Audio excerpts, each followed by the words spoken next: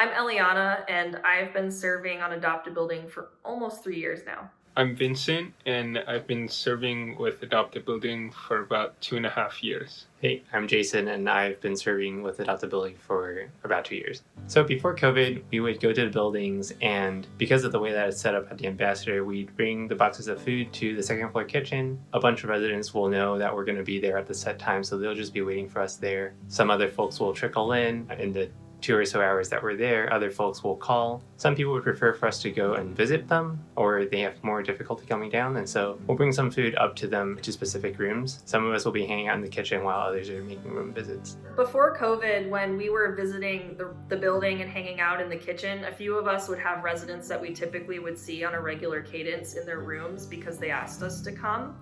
And that was really important because most of those residents were people who could not leave their room for some reason. Sometimes we're the only person who they might see with regularity that week. So we would go visit, spend some time in the room, maybe go run an errand for them. I think there were definitely some residents who were more looking forward to the food, but then there were others who were definitely just there for the conversation and enjoyed having that sort of atmosphere where we're sort of catching up, and sometimes maybe residents who weren't necessarily friends with each other. It was almost like a watering hole for an hour or two. Definitely the food was something to look forward to, but also there was just that community aspect to it. After COVID, we were obviously no longer able to go to the buildings.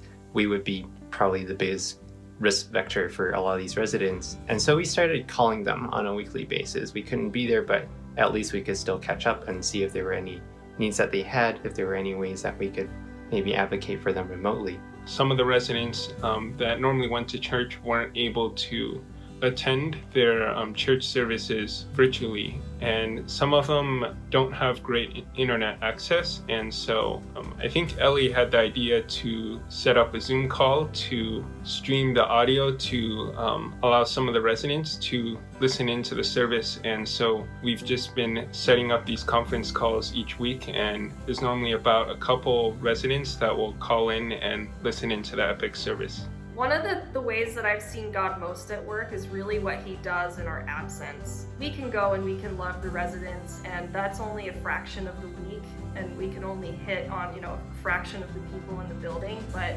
just to be there enough to see what God actually does when we're not there is really incredible. I can think of a time when we came to the building right before COVID. One of the residents who I hadn't seen in a really long time came downstairs, and the last time I'd seen him, he was just not doing well. He was rarely ever doing well. And when I saw him this time, he was just overjoyed, just spewing good news to me about how his life had turned around and how he had started revisiting his relationship with God. And I had nothing to do with that. That was something that God was doing completely on his own. One of the ways we've seen God at work for sure is just the fact that nobody has COVID in the building yet. This was such a big concern in the beginning. You're not expecting them to be social distancing very well. A lot of them aren't going to have access to masks, or if they do, they're not wearing them correctly if you ever walk through the TL. And so there was just so much opportunity for spread that we were really worried, as soon as one case was going to happen, the entire building was easily going to be infected, and that just hasn't happened. Praise God for that.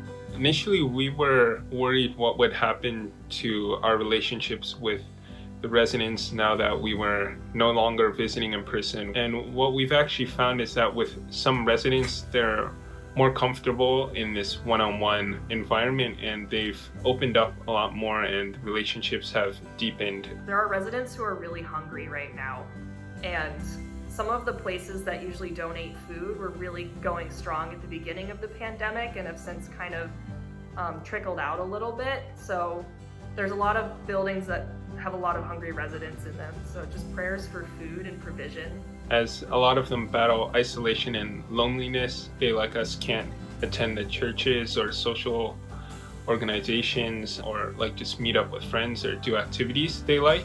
The thing is a lot of them don't even have internet access, and so they can't even connect with others easily like we are. So for a lot of the things that we all struggle with in this time, it's amplified for them. Another prayer request would just be their continued health, actually. The fact that there are no cases yet, we just pray that will make it through the entire pandemic without anyone getting a case. But also, a lot of these residents already have health conditions. And so in this time, it's even more difficult for them to get access to medical attention. It's hard for them to get appointments. And then, of course, when they do, they're also more at risk than maybe other folks who might have to go to the hospital. So just prayer for God's protection.